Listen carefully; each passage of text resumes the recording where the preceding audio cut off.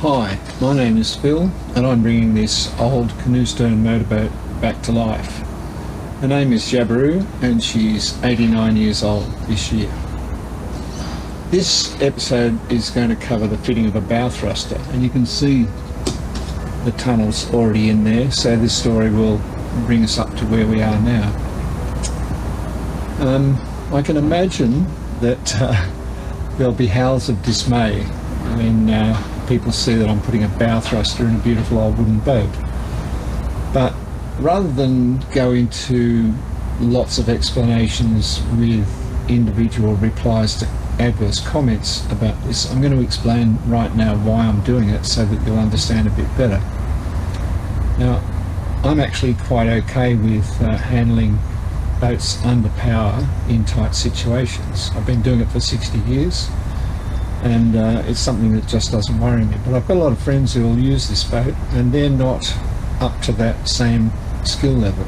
Now, when I first saw Jabiru, it's got a long keel and quite a small rudder, and if you put that rudder hard over, I reckon you'd be lucky to get a turning circle of 50 metres to get it to turn around, at say 3 or 4 knots. So getting it into a wharf with a lot of wind and not a lot of experience at the wheel is going to be difficult for some people. So a bow thruster is my answer. It's a form of insurance, and while it costs probably around, $5,000 to fit one nudge against a wharf, upsetting that beautiful fiberglass and epoxy and paint finish would probably cost a lot more than $5,000. So there's my insurance policy. It's a bow thruster, whether you like it or not. So I hope you enjoy the fitting of it.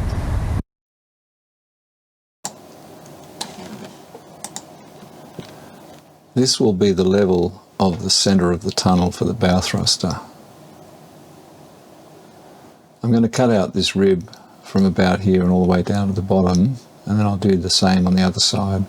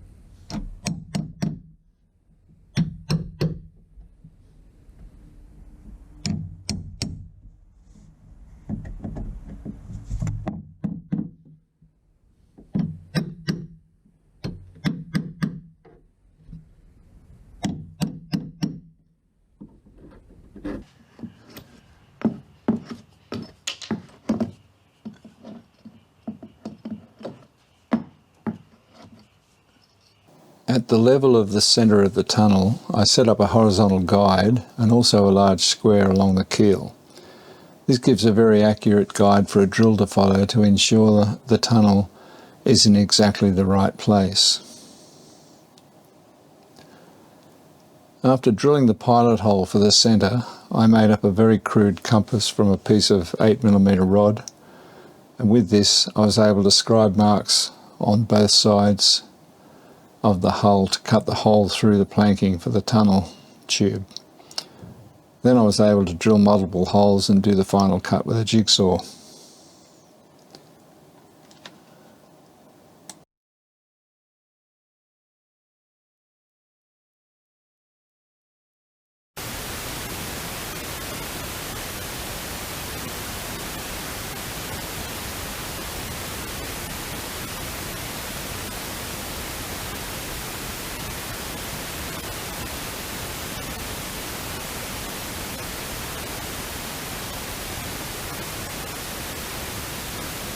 Well, I've never fitted a bow thruster before, and so I've gone on YouTube to get as much advice as I can. And it seems like people seem to say that if you don't have the front edge built out so that the back edge is not exposed as you travel along, then you'll get turbulence and maybe cavitation. I don't know, it's that far below the waterline roughly, so it's a fair way down. I can't imagine that you'll get much of a rumbling of air down there, but maybe people are right. So I'm going to bring the leading edge out so that it's level with the trailing edge, because it's easier to do now. If anyone's got any real opinions on it and think that this is a waste of time, let me know immediately. Before I get too far into modifying the outside of the hull. I don't actually have to modify the outside of the hull until the boat's turned over and I'm glassing it, so this should go to air well and truly before I have to make that final decision. And I can leave the meat on the tunnel here so that if I do need to build the front edge out, I can. So looking forward to your advice.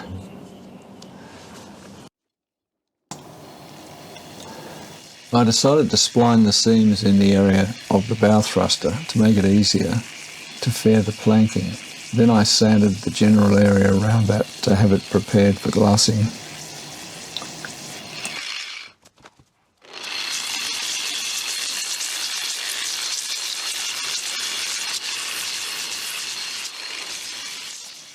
I sanded the outside of the tube where it will be close to the hull and glued it in place. I then formed a glue fillet from tube to hull on both the outside and the inside of the hull to make the glass form nicely to the surface.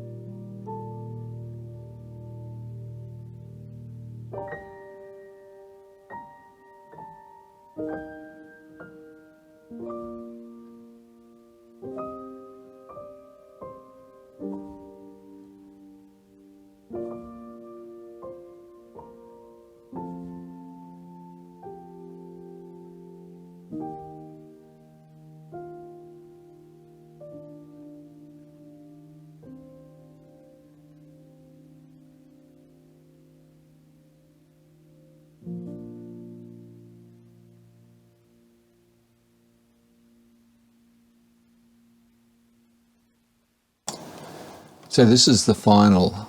There's 3 layers of 450 gram double bias glass cloth on that, and I've used fairly thin strips and overlapped each one and then overlapped again each layer, so it's quite a strong bond between the hull and this tube, so hopefully it'll never break away and fall out.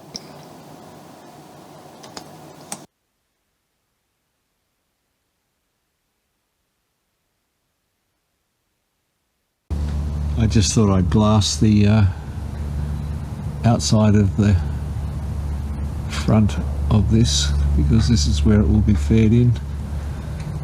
It's not even looking like being fed in at the moment. It's just nice and big, so I've got plenty to work with.